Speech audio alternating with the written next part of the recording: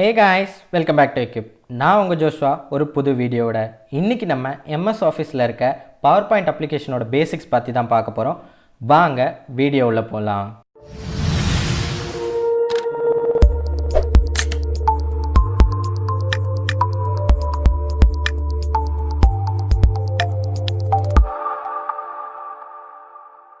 First நீங்கள் உங்கள் சிஸ்டமில் MS ஆஃபீஸ் இன்ஸ்டால் பண்ணிட்ட அப்புறம் டைரெக்டாக டாஸ்க் பாரில் இருக்க சர்ச் ஆப்ஷனில் போய்ட்டு PowerPoint இல்லைனா MS PowerPoint டைப் பண்ணுங்கள். இப்போ நீங்கள் இங்கே பார்த்தீங்கன்னா நான் PowerPoint 2013 வெர்ஷன் யூஸ் பண்ணிகிட்ருக்கேன். பேசிக்ஸை பொறுத்த வரைக்கும் எல்லா வெர்ஷன்ஸும் ஒரே மாதிரி தான் இருக்கும். இப்போது நீங்கள் இங்கே ஓப்பன் பண்ணோன்னே உங்களோட ஓப்பனிங் இன்டர்ஃபேஸ் இப்படி தான் இருக்கும். இது வெறும் 2013 இந்த ஓப்பனிங் இன்டர்ஃபேஸ் இருக்கும். அண்ட் ஹையர் வெர்ஷன்ஸில் உங்களோட ஓப்பனிங் இன்டர்ஃபேஸ் இப்படி தான் இருக்கும். ஓல்டர் வெர்ஷன்ஸ் பொறுத்த வரைக்கும் டேரெக்டாக உங்களுக்கு ஒரு blank ப்ரெசன்டேஷன் ஓப்பன் ஆகிடும். இந்த ஓப்பனிங் இன்டர்ஃபேஸில் பார்த்தீங்கன்னா லெஃப்ட் சைடில் உங்களுக்கு ஆல்ரெடி நீங்கள் ஒர்க் பண்ண ஃபைல்ஸ் இருக்கும். இதை நீங்கள் இங்கேருந்தே டேரெக்டாக ஓப்பன் பண்ணிக்கலாம். அடுத்து ரைட் சைடில் பார்த்தீங்கன்னா உங்களுக்கு டிஃபால்ட்டாக சில டெம்ப்ளேட்ஸ் கொடுத்துருப்பாங்க. உங்களுக்கு தேவைன்னா அந்த டெம்ப்ளேட் செலக்ட் பண்ணிக்கலாம். இல்லைனா மேலே சில டெம்ப்ளேட் சஜஸ்ட் பண்ணியிருப்பாங்க. அதாவது நீங்கள் ஒரு டெம்ப்ளேட் பிஸ்னஸ்க்கு க்ரியேட் பண்ணணுன்னா அதுக்கேற்ற மாதிரி டெம்ப்ளேட்ஸ் அதில் இருக்கும். இல்லை எஜுகேஷன் க்ரியேட் பண்ணணுன்னா அதுக்கேற்ற மாதிரி டெம்ப்ளேட்ஸ் அதில் இருக்கும். இல்லை எனக்கு வித்தியாசமான ஒரு டெம்ப்ளேட் வேணும் அப்படின்னு நினச்சிங்கன்னா நீங்கள் ஆன்லைனில் கூட சர்ச் பண்ணிக்கலாம். அதுக்கு மேலே இருக்க அந்த சர்ச் பாரில் போயிட்டு நீங்கள் உங்களுக்கு என்ன பர்பஸ்க்கு அந்த டெம்ப்ளேட் தேவையோ, அதாவது எஜுகேஷன் பர்பஸ்னால் எஜுகேஷன், இல்லை பிஸ்னஸ் பர்பஸ்னால் பிஸ்னஸ் அப்படின்னு டைப் பண்ணிங்கன்னா அதுக்கு சம்மந்தமான டெம்ப்ளேட்ஸ் அது டிஸ்பிளே பண்ணும். இப்போ நான் இங்கே ஒரு blank ப்ரெசன்டேஷன் செலக்ட் பண்ணிக்கிறேன். ஓகே, இப்போ நம்ம இந்த அப்ளிகேஷனோட இன்டர்ஃபேஸ் எப்படி இருக்குன்னு பார்க்கலாம். மேலே ரெட் கலரில் ஒரு பாக்ஸ் இருக்கும். இந்த பாக்ஸ் தான் டைட்டில் பார். இந்த டைட்டில் பாரில் உங்களுக்கு அப்ளிகேஷனோட name and file name display ஆகும். இப்போ இந்த அப்ளிகேஷனோட name PowerPoint and file name Presentation 1. நம்ம இன்னும் சேவ் பண்ணாத காரணத்தினால டிஃபால்ட்டாக Presentation 1 அப்படின்னு ஃபைல் நேம் இருக்குது. இதோட லெஃப்ட் சைட் பார்த்தீங்கன்னா உங்களுக்கு குவிக் ஆக்சஸ் டூல் பார் இருக்கும். இந்த டூல் பார் மூலயமா உங்களால் வேலைகளை சிங்கிள் கிளிக்லேயே உங்களால் பண்ண முடியும். அதுக்கு கீழே பார்த்தீங்கன்னா இதெல்லாம் தான் டேப்ஸ். இந்த டேப்ஸில் ஒரு ரெக்டாங்குலர் ஏரியா இருக்கும். இந்த ரெக்டாங்குலர் ஏரியா தான் ரிப்பன். இந்த ரிப்பன் உள்ள தான் உங்களுக்கு தேவையான டூல்ஸ் எல்லாம் இருக்கும். ஸோ நல்லா ஞாபகம் வச்சுக்கோங்க, டேப்ஸ் உள்ள தான் ரிப்பன் இருக்குது அண்ட் ரிப்பன் உள்ள தான் டூல்ஸ் இருக்குது. அப்படியே கீழே வந்தீங்கன்னா உங்களுக்கு லெஃப்ட் சைடில் ஒரு ரெக்டாங்குலர் ஏரியா இருக்கும். இந்த ஏரியாவில் உங்களுக்கு ஸ்லைட் டேப்ஸ் இருக்கும். ஸ்லைட் டேப்ஸ்னால் ஒன்றும் இல்லைங்க, நீங்கள் ஒர்க் பண்ணுற ஸ்லைட்ஸோட ஷார்ட்டர் வியூஸ் இங்கே இருக்கும். நீங்கள் இந்த ஸ்லைட் டேப்ஸ் மூலிமா உங்களுக்கு எந்த ஸ்லைட்ஸ் நீங்கள் ஒர்க் பண்ணுமோ அந்த ஸ்லைடுக்கு நீங்கள் ஈஸியாக நீங்கள் மாறிக்கலாம். அடுத்து அப்படியே ரைட் சைடு வந்தீங்கன்னா இதுதான் உங்களோட ஒர்க்கிங் ஏரியா. இந்த ஏரியாவில் நீங்கள் உங்கள் ஸ்லைட்ஸில் ஒர்க் பண்ணுவீங்க. நீங்கள் ஒரு PowerPoint ப்ரெசன்டேஷன் ஓப்பன் பண்ணோடனே உங்களுக்கு டிஃபால்ட்டாக டைட்டில் ஸ்லைடு தான் ஓப்பன் ஆகும். இந்த டைட்டில் ஸ்லைடில் நீங்கள் ஒர்க் பண்ண போகிற ஸ்லைடோட டைட்டில்ஸை ஆட் பண்ணிக்கலாம்.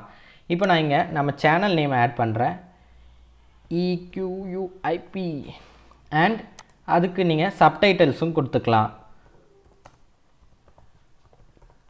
ஸோ நல்லா ஞாபகம் வச்சுக்கோங்க, நீங்கள் எப்பவும் ஒரு PowerPoint அப்ளிகேஷன் ஓப்பன் பண்ணிங்கன்னா அதில் ஃபஸ்ட் ஓப்பன் ஆகிற ஸ்லைட் ஒரு டைட்டில் ஸ்லைடாக தான் இருக்கும்.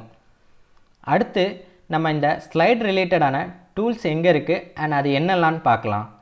நீங்கள் உங்கள் ஹோம் டேப்பில் பார்த்தீங்கன்னா ஸ்லைட்ஸ் அப்படின்ற செக்ஷன் இருக்கும். இதில் தான் உங்களுக்கு ஸ்லைட் ரிலேட்டடான டூல்ஸ்லாம் இருக்கும். ஃபர்ஸ்ட் நம்ம பார்க்க போகிற டூல் நியூ ஸ்லைட்.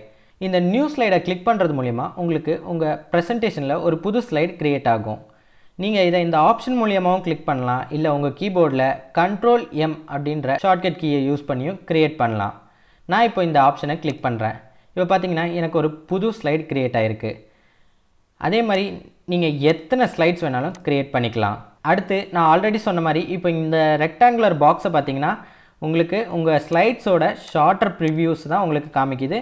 நீங்கள் இதிலேருந்து எந்த ஸ்லைடுக்கு வேணாலும் மாறிக்கலாம். இப்போ செகண்ட்லேருந்து ஃபோர்த்துக்கு போய்க்கலாம், ஃபோர்த்துலேருந்து தேர்டுக்கு போய்க்கலாம், தேர்ட்லேருந்து ஃபஸ்ட்டுக்கு கூட போய்க்கலாம். நீங்கள் இப்போ மாறும் போது உங்களோட ஒர்க்கிங் ஏரியாவில் இருக்க ஸ்லைடோட டிஸ்பிளேவும் மாறிடும்.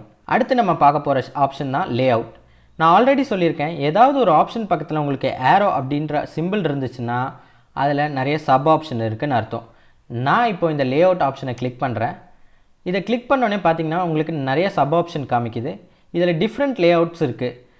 இப்போ நீங்கள் ஏதாவது ஒரு லே அவுட் செலக்ட் பண்ணுறது மூலிமா நீங்கள் செலக்ட் பண்ண ஸ்லைடுக்கு ஒரு புது லே அவுட் கொடுத்துட்றீங்க. ஸோ நல்லா ஞாபகம் வச்சுக்கோங்க, நீங்கள் எந்த ஸ்லைடை செலக்ட் பண்ணி லே அவுட் மாற்றுறீங்களோ அந்த ஸ்லைடுக்கு மட்டும்தான் உங்களோட லே அவுட் மாறும்.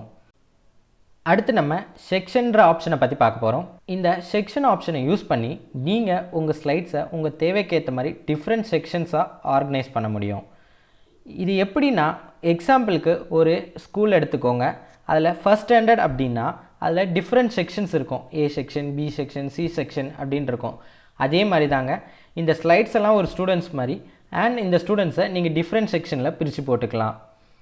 ஓகே, இதை எப்படி யூஸ் பண்ணுறது அப்படின்னா, நீங்கள் எந்த ஸ்லைட்லேருந்து நீங்கள் செக்ஷன் க்ரியேட் பண்ண போகிறீங்களோ அந்த ஸ்லைட் மேலே கிளிக் பண்ணிக்கோங்க. நான் இப்போது இந்த ஃபர்ஸ்ட் ஸ்லைட்லேருந்து செக்ஷன் க்ரியேட் பண்ண போகிறேன். ஸோ இது மேலே கிளிக் பண்ணிவிட்டு இந்த செக்ஷன் அப்படின்ற ஆப்ஷனை கிளிக் பண்ணிங்கன்னா உங்களுக்கு ஆட் செக்ஷன் அப்படின்ற ஆப்ஷன் இருக்கும். இதை கிளிக் பண்ணுறது மூலயமா உங்களுக்கு ஒரு புது செக்ஷன் க்ரியேட் ஆகிடும். இப்போ பார்த்தீங்கன்னா இந்த செக்ஷன் உள்ள எத்தனை ஸ்லைட்ஸ் இருக்கோ அத்தனை ஸ்லைட்ஸும் ஹைலைட்டடாக தெரியும். அண்ட் இந்த செக்ஷன் பக்கத்தில் உங்களுக்கு ஒரு ஆரோ இருக்கும். இந்த ஆரோவை கிளிக் பண்ணுறது மூலயமா அதில் இருக்க ஸ்லைட்ஸ்லாம் ஹைட் ஆகிடும். ஆனால் அது உள்ள மொத்தம் எத்தனை ஸ்லைட்ஸ் இருக்குன்னு உங்களுக்கு டிஸ்பிளே ஆகும். இதை ஓப்பன் பண்ணிங்கன்னா உங்களுக்கு ஸ்லைட்ஸ் டிஸ்பிளே ஆகும். அண்ட் இதை பார்த்தீங்கன்னா அன்டைட்டில்ட் செக்ஷன் இப்படிங்கிறது இந்த செக்ஷனோட நேம்.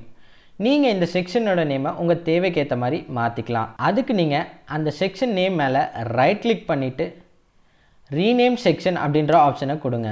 இப்படி கொடுத்தீங்கன்னா உங்களுக்கு rename section dialogue box open ஆகும். இதில் உங்கள் செக்ஷனுக்கு ஏற்ற நேம் நீங்கள் கொடுத்துக்கலாம். நான் இப்போது இன்ட்ரோ அப்படின்னு கொடுத்துட்டு ரீநேம் அப்படின்ற பட்டனை கிளிக் பண்ணிடுறேன். இப்போ பார்த்தீங்கன்னா உங்கள் செக்ஷனோட நேம் ரீநேம் ஆகிடுச்சு. ஸோ இது மாதிரி நீங்கள் எத்தனை செக்ஷன் வேணாலும் க்ரியேட் பண்ணிக்கலாம். அதுக்கு நீங்கள் எந்த ஸ்லைட்லேருந்து க்ரியேட் பண்ண போகிறீங்களோ அந்த ஸ்லைட் மேலே கிளிக் பண்ணிவிட்டு அப்புறம் செக்ஷனில் போய்ட்டு ஆட் செக்ஷன் கொடுத்தீங்கன்னா உங்களுக்கு ஒரு புது செக்ஷன் ஓப்பன் ஆகிடும். நீங்கள் இதை ஒரு சிங்கிள் ஸ்லைடுக்கு கூட ஒரு புது செக்ஷன் உங்களால் க்ரியேட் பண்ண முடியும். ஓகே, இப்போ நீங்கள் இத்தனை செக்ஷன் க்ரியேட் பண்ணியிருக்கீங்க. ஆனால் உங்களுக்கு சில செக்ஷன் தேவையில்லை, அதை டெலீட் பண்ணோம் அப்படின்னா அதே மாதிரி நீங்கள் அந்த செக்ஷனோட நேம் மேலே ரைட் கிளிக் பண்ணிங்கன்னா ரிமூவ் செக்ஷன் அண்ட் ஸ்லைட் அப்படின்னு 2 ஆப்ஷன் இருக்கும். இதில் நீங்கள் இந்த ரிமூவ் செக்ஷன் கொடுக்கறது மூலிமா உங்களோட செக்ஷன் மட்டும்தான் ரிமூவ் ஆகும். ஆனால் அது உள்ளே இருக்க ஸ்லைட்ஸ் அப்படியே தான் இருக்கும். இதே நீங்கள் ரைட் கிளிக் பண்ணி ரிமூவ் செக்ஷன் அண்ட் ஸ்லைட்ஸ் அப்படின்ற ஆப்ஷன் கொடுத்தீங்கன்னா அந்த ஸ்லைடும் ரிமூவ் ஆகிடும் அண்ட் அந்த செக்ஷனும் ரிமூவ் ஆகிடும். ஸோ அந்த செக்ஷனில் இருக்க ஸ்லைடும் சேர்த்து ரெண்டுமே டெலீட் ஆகிடும். ஸோ இதான் ஸ்லைட் ரிலேட்டடான டூல்ஸ். அடுத்து நம்ம பாட்டமில் இருக்க ஆப்ஷன்ஸ் என்னென்னு பார்த்துடலாம். ஃபர்ஸ்ட் உங்களுக்கு ஸ்லைட் அப்படின்ற ஆப்ஷன் இருக்கும். இதில் உங்கள் ப்ரெசன்டேஷனில் மொத்தம் எத்தனை ஸ்லைட்ஸ் இருக்குது அண்ட் அதில் நீங்கள் எந்த ஸ்லைடில் ஒர்க் பண்ணிகிட்ருக்கீங்கன்னு காட்டும். இப்போ நீங்கள் ஃபர்ஸ்ட் ஸ்லைடில் இருந்தீங்கன்னா 1 of 4, இதே நீங்கள் செகண்ட் ஸ்லைடில் ஒர்க் பண்ணிகிட்டு இருந்தீங்கன்னா 2 of 4 அப்படின்னு டிஸ்பிளே ஆகும். அடுத்து இருக்கிற இந்த ஆப்ஷன் தான் ஸ்பெல்லிங் எரருக்கான ஆப்ஷன். உங்கள் ஸ்லைடில் ஏதோ ஸ்பெல்லிங் மிஸ்டேக் இருந்தால் இது டிக் மார்க்லேருந்து இன்ட்டு மார்க்காக மாறிடும். அடுத்து லாங்குவேஜ் ஆப்ஷன் இருக்குது. நீங்கள் உங்கள் தேவைக்கு ஏற்ற மாதிரி நீங்கள் லாங்குவேஜை செட் பண்ணிக்கலாம். அடுத்து இங்கே பார்த்தீங்கன்னா நோட்ஸ் அப்படின்ற ஒரு டேப் இருக்கும். இதை கிளிக் பண்ணிங்கன்னா கீழே இங்கே கிளிக் டு ஆட் நோட்ஸ் அப்படின்னு இருக்கும். இது ஒன்றும் இல்லைங்க, நீங்கள் ஒரு ப்ரெசென்டராக இருந்தீங்கன்னா நீங்கள் உங்களுக்கு தேவையான நோட்ஸ், அதாவது அந்த ஸ்லைடுக்கு சம்மந்தமான நோட்ஸை நீங்கள் இங்கே எழுதி வச்சுக்கலாம். நீங்கள் இதை ப்ரெசென்ட் பண்ணும் போது இந்த நோட்ஸ் உங்களுக்கு மட்டும்தான் டிஸ்பிளே ஆகும், அந்த சைட்லேருந்து பார்க்குறவங்களுக்கு டிஸ்பிளே ஆகாது. இதை நீங்கள் எப்படி மாற்றணுன்னா இது மேலே கிளிக் டு ஆட் நோட்ஸ்ன்னு இருக்கும். அதே மாதிரி கிளிக் பண்ணிவிட்டு உங்கள் தேவையான நோட்ஸை நீங்கள் ஆட் பண்ணிக்கலாம். இப்போ இங்கே பார்த்தீங்கன்னா நிறைய வியூஸ் இருக்குது. இதில் நம்ம ஃபர்ஸ்ட் இருக்கிறது நார்மல் வியூ, அதாவது இந்த சைடில் ஒரு ஸ்லைட் டேப்ஸும் அண்ட் உங்களோட ஒர்க்கிங் ஏரியாவும் இருந்தால் அதான் நார்மல் வியூ. அடுத்து உங்களுக்கு இருக்கிறது தான் ஸ்லைட் ஷார்ட்டர். நீங்கள் இதில் உங்கள் ஸ்லைடை ஷார்ட் பண்ணிக்கலாம், அதாவது ஃபஸ்ட் ஸ்லைடை எடுத்து இப்படி மாற்றி கூட போட்டுக்கலாம். இந்த மாதிரி நீங்கள் உங்கள் ஸ்லைட்ஸை மாற்றிக்கலாம். இதுக்கு பேர் தான் ஸ்லைட் ஷார்ட்டர் வியூ.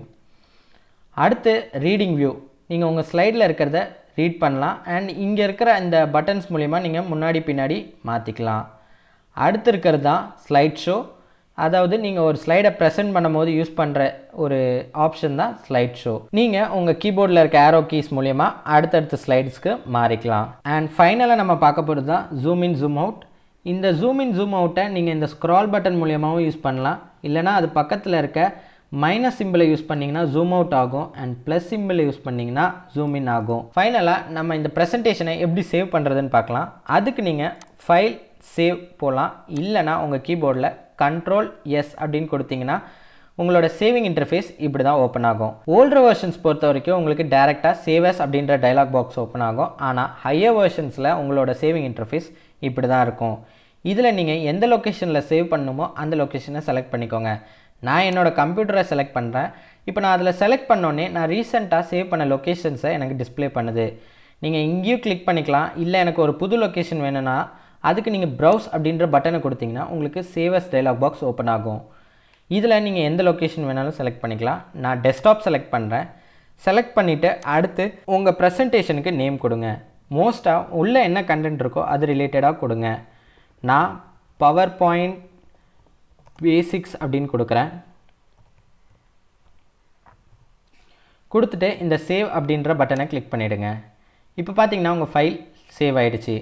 இது எப்படி சேவ் ஆகிருக்குன்னு உங்களுக்கு தெரியணுன்னா உங்கள் டைட்டில் பாரில் உங்களோட ஃபைல் நேம் மாறி இருக்கும். நீங்கள் என்ன பேரில் சேவ் பண்ணிங்களோ அந்த பேர் டிஸ்ப்ளே ஆகும். அதே மாதிரி நீங்கள் சேவ் பண்ண லொக்கேஷனில் போய் பார்த்தீங்கன்னா உங்கள் ஃபைல் அங்கே இருக்கும். இதான் எம்எஸ் ஆஃபீஸில் இருக்க பவர் பாயிண்ட் அப்ளிகேஷனோட பேசிக்ஸ். ஹோப் இந்த வீடியோ இன்ஃபர்மேட்டிவாக இருக்கும்னு நினைக்கிறேன். உங்களுக்கு எதுவும் டவுட் இருந்தால் கமெண்ட்டில் லீவ் பண்ணுங்கள். மேலும் இது மாதிரியான இன்ஃபர்மேட்டிவ் வீடியோஸ்க்கு like, share and subscribe to எக்யூப். Bye. Cheers.